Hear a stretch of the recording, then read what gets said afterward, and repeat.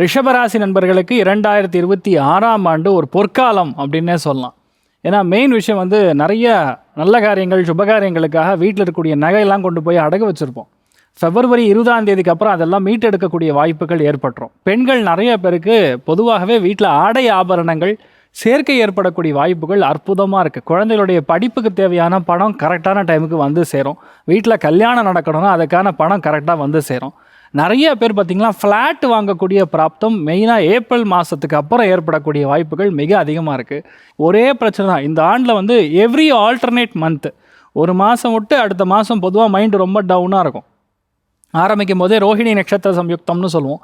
சனியுடைய பார்வை இருக்கிறனால பொதுவாக மனசு லைட்டாக சஞ்சலம் கொடுத்துட்டுருக்கும். ஒரே ஒரு அதுக்கு பரிகாரம் பார்த்திங்கன்னா தாயாருடைய சேவை தான். எந்த அளவுக்கு நீங்கள் வந்து தாயார் சந்நிதிக்கு போகிறீங்களோ பிராகாரங்களை சுத்த ஆட்டோமேட்டிக்காக பிளட் சர்க்குலேஷன் நல்லா இருக்கும். 2026 ஆஸ் அ ஹோல் பார்த்திங்கன்னா உங்களுக்கு நடக்க வேண்டிய நல்ல விஷயங்கள் எல்லாமே பிற்பகுதியில் ரொம்ப சூப்பராக இருக்கும். இப்போ குடும்பம் அபிவிருத்தி அப்படிங்கிறது தான் அதிகமாக தெரியறது. குழந்தைகள் பேரக்குழந்தைகள் எடுக்கக்கூடிய ஒரு அற்புதமான டைமிங். நிறைய பேருக்கு ப்ரமோஷன் எக்ஸ்பெக்ட் பண்ணிங்கன்னா வரக்கூடிய ஏப்ரல் மே ஜூன் அந்த டைம் பீரியடில் அருமையான ப்ரமோஷன் வரக்கூடிய பிராப்தம் இருக்குது. மன சந்தோஷமும் சரி பொருளாதார ஏற்றமும் சரி சரிசமமாக 2026 ஒரு பொற்காலமாக உங்களுக்கு எல்லாருக்கும் இருக்க போகுது.